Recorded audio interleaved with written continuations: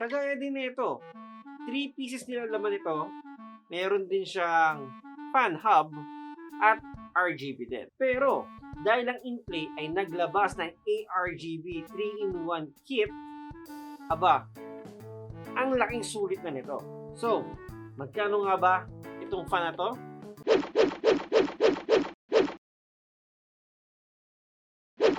Hi guys! And we are back for another video. So sa video nga nito, meron na namang dumating sa atin na package. So kung ano yun, ito siya. So, ang package na dumating sa atin ay Inplay Ice Tower ARGB Fan 3-in-1 Kit. So, ano nga ba ang laman ng package na to? Out from the box, meron siyang manual, and then meron siyang 3 pieces na 120mm na fan. So meron din isang maliit na box na kung saan ang laman ng maliit na box na to ay ito, yung fan hub. Dito natin isasaksak yung mga fan. At syempre, meron din tayo ditong remote control para sa kanyang mga ilaw. Syempre, meron din mga setup screws.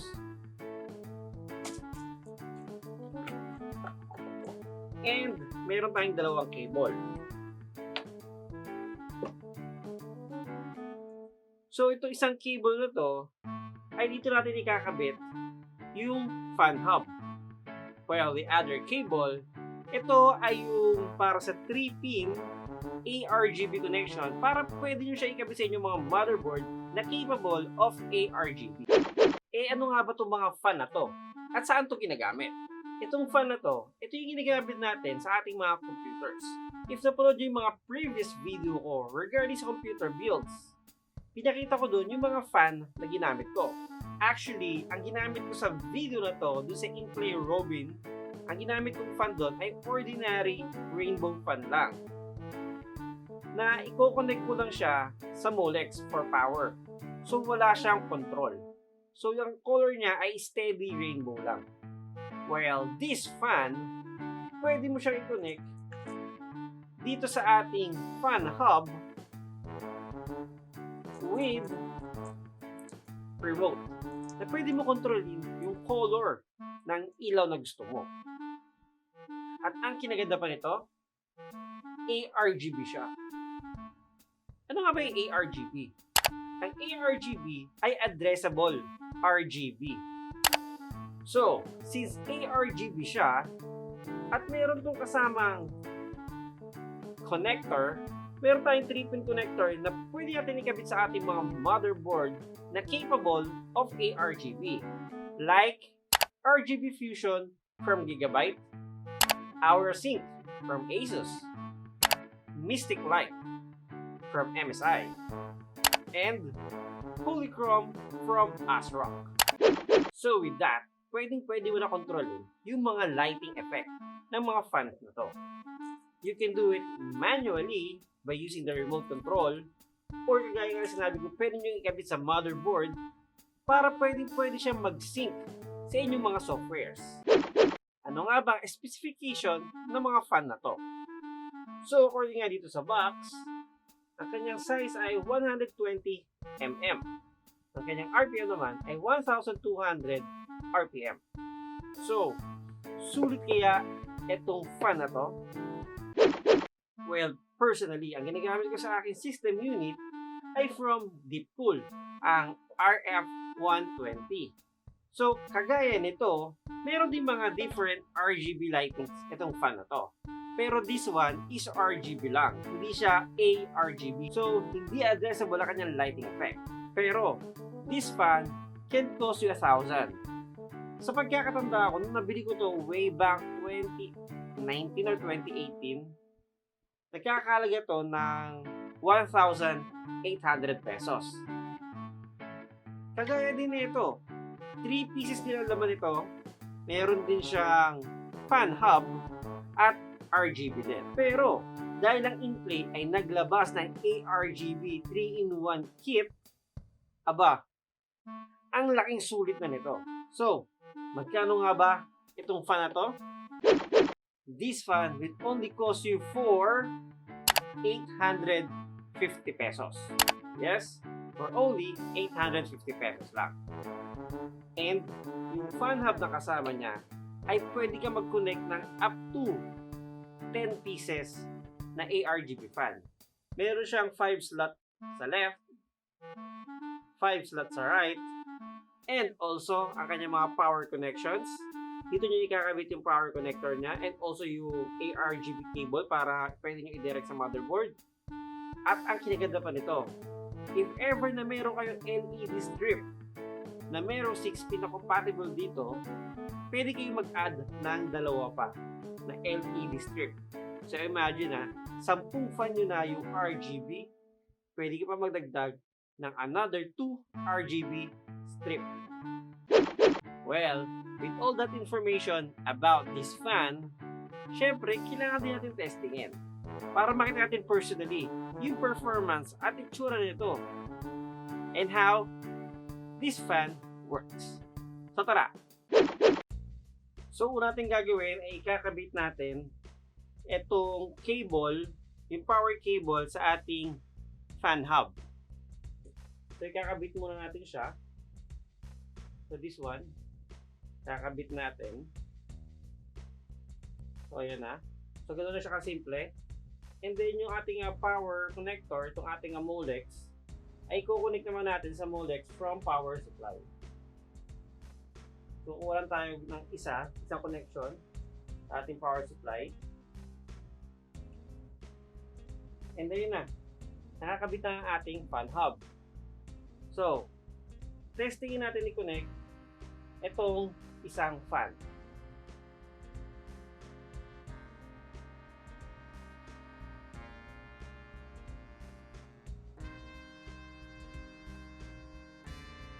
So yun na, ganoon na siya kasimple. So with this remote control, pwede natin kontrolin yung ilaw ng kanyang fan.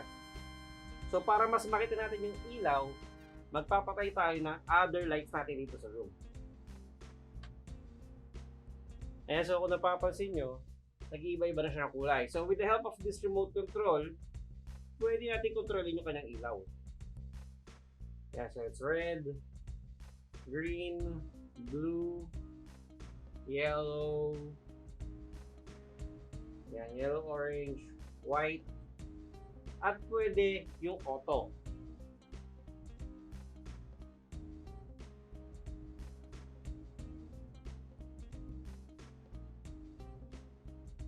Ayan, so nakikita nyo ba? Ayan.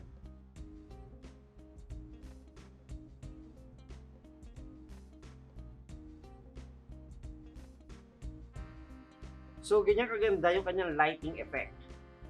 Pero, meron akong gustong subukan. Well, actually, meron ako ditong ibang klaseng fan. So, this fan, so kung nakikita nyo, yan. So, this fan is different doon sa ating Inplay. Ito yung Inplay, ito yung different fan na sinasabi ko. So, this fan ay spiral ang kanyang effect. Pero, meron kasi itong same connector ng Inplay fan na to. So, gusto kong matesting kung gagana ba to doon sa ating fan hub at sasabay ba siya doon sa color effect ng ating ARGB Inplay fan. So, subukan natin. So, ito yung different na fan natin na titignan natin if compatible ba itong spiral fan na to dito sa ating ARGB fan. So, subukan natin. Dahil since same connector sila, itatry natin siya ikabit dito sa ating fan hub.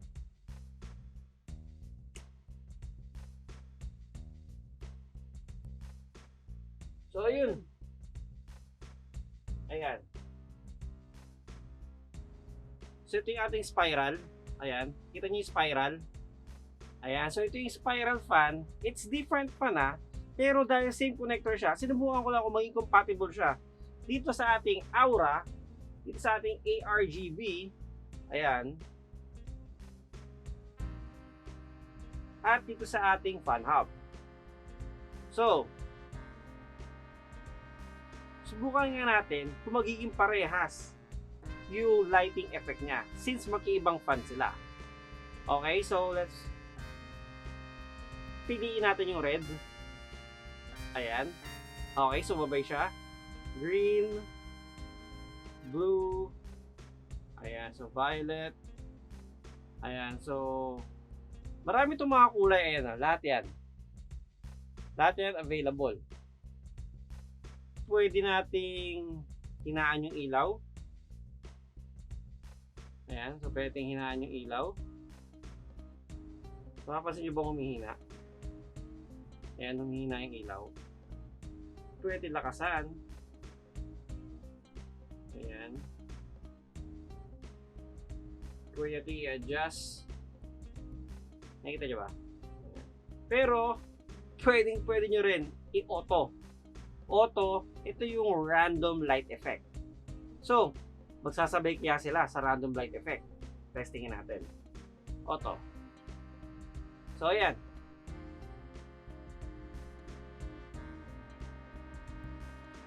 Ang ganda, di ba? So, yun na nga. For only 850 pesos, napakasulit ng fan na to. And, di ba nga, yung kanyang fan hub ay kaya mag-accommodate ng up to 10 fan at ang kit na to na for only 850 pesos ay 3 pieces fan na. So, if you want to add another fan, meron na bibili separate na fan lang.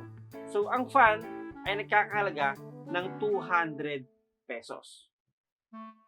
So, isang fan 200 pesos, pwede ka bumili ng separate fan individually para mabuo mo yung 10 fan na pwede mong i-connect sa iyong fan hub.